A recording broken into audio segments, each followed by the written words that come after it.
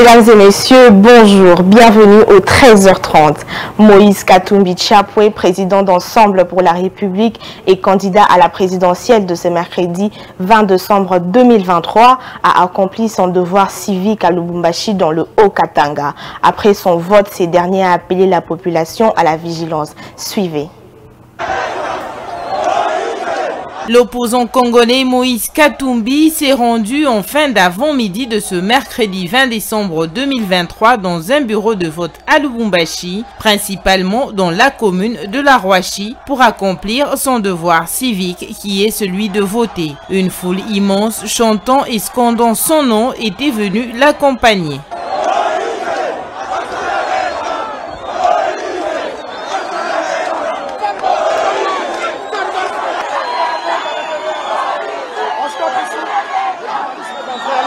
Le candidat à la présidentielle congolaise, après avoir voté, a appelé la population à rester dans les différents bureaux des votes pour sécuriser leur voix. Je suis venu voter et je voudrais seulement demander à la population de rester sur chaque bureau de vote parce qu'on doit surveiller le résultat jusqu'à la fin.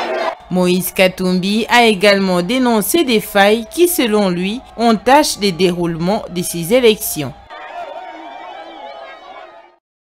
Le candidat à la course présidentielle, Martin Fayulu Madidi, aux élections générales en République démocratique du Congo, a rempli son devoir civique ce mercredi 20 décembre à 9 h au centre érigé au sein de la Téné de la Gombe, où le vote a débuté avec 2 heures de retard, mais finalement les électeurs se sont massivement mobilisés depuis 6 heures, déterminés à voter. Suivez.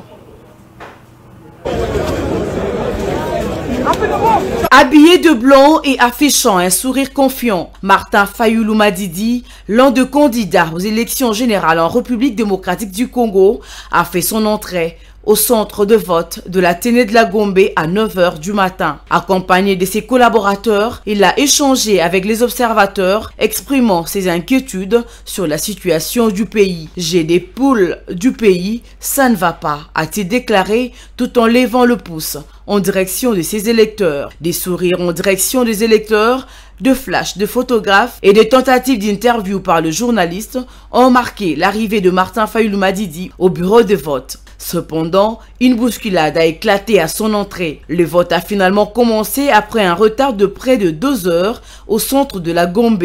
Les électeurs se sont massivement alignés sur le fil d'attente. Quoi qu'il en soit, la République démocratique du Congo a organisé son 4e cycle électoral depuis l'adoption de l'actuelle constitution en 2005. Malgré les doutes entourant la tenue de scrutin, la Commission électorale nationale indépendante CENI a maintenu son calendrier électoral.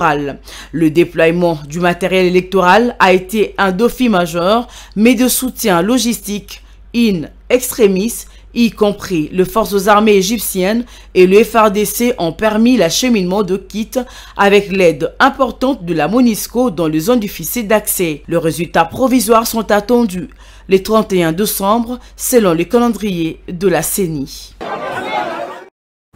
Mercredi 20 décembre 2023, dans la ville de Kinshasa, tôt vers 6 h du matin, la population s'est mobilisée devant le bureau de vote afin de remplir leur devoir civique. Malheureusement, il s'est constaté des irrégularités dues aux difficultés de déploiement de matériel électoraux. À Yolo Nord, dans la commune de Kalamou, au centre Le Gazelle, le bureau de vote s'est ouvert à 11 h. Regardez.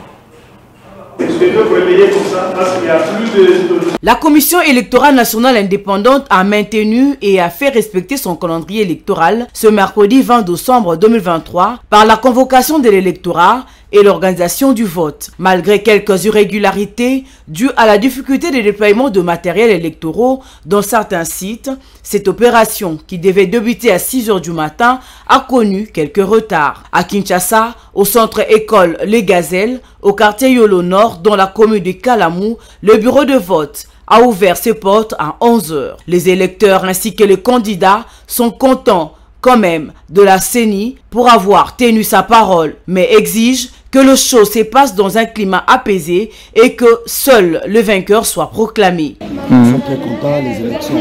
Beaucoup ont continué que l'élection est et CENI c'est mis à Rassira qui dit que le 20 décembre, il y aura les élections et les lots. Les gens viennent tout le monde va voter. Et nous, les candidats, on a dépensé qui va en bon par rapport à la campagne. Donc, nous sommes contents. Nous passons dans l'élection. Alors, tous autres, c'est là, et les Cabiens, les bandits, bien, et cela va bien. Mais nous, les quartiers, tout le monde va se passer dans le calme. Donc, féliciter, c'est lui. Tous autres, c'est la crédibilité dans Bango. Va proclamer Moutou Oyo.